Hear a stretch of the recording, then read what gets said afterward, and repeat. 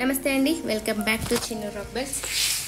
మన స్టోరీస్ నచ్చితే లైక్ చేయండి, షేర్ చేయండి, సబ్స్క్రైబ్ చేసుకోండి. కథలను చివరి వరకు చూడండి. అడవిలో ఒక చిన్న చెరువులో ఒక ముసలి ఉండేది. ఆ చెరువులో బోల్డని చేపలున్నాయి. వాటిని తింటూ ఆ ముసలి అక్కడే ఉంటుంది. అది ఉన్నదనే భయానికి అక్కడికి ఏ జంతువులు వచ్చేవి కాదు. ఆ చెరువు దగ్గరలోనే ఒక పీత ఉంటుంది.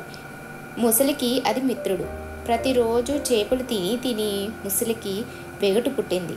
అందుచేత ఏదైనా ఉపాయం చెప్పి తనకి వేరే ఆహారం ఏదైనా దొరికేటట్లు చూడమని ముసలి పీతతో చెప్పింది.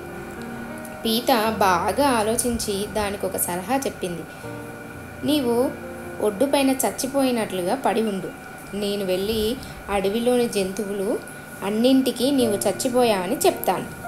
ఆ పైన జంతువులన్నీ ఇక్కడకు నీళ్లు తాగడానికి వస్తాయి. అప్పుడు నీ ఇష్టం వచ్చిన జంతువును పట్టుకొని తింటుండవచ్చును. ఓహో, నీ సలహా చాలా బాగుంది అంది ముసలి.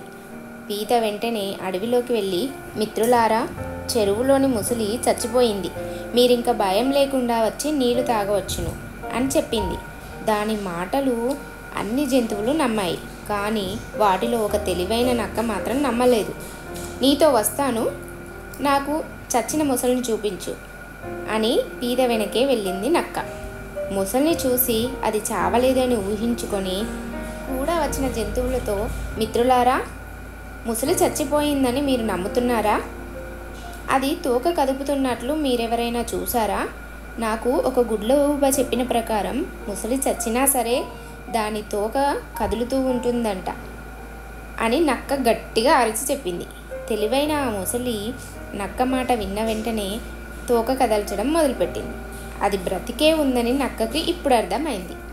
వెంటనే గట్టిగా, మిత్రులారా, పారిపోండి, ముసలి చావలేదు, బ్రతికే ఉంది అని అరిచింది. వెంటనే జంతువులన్నీ అక్కడి నుండి పారిపోయాయి. నీతి: మోసాన్ని మోసంతోనే జయించాలి.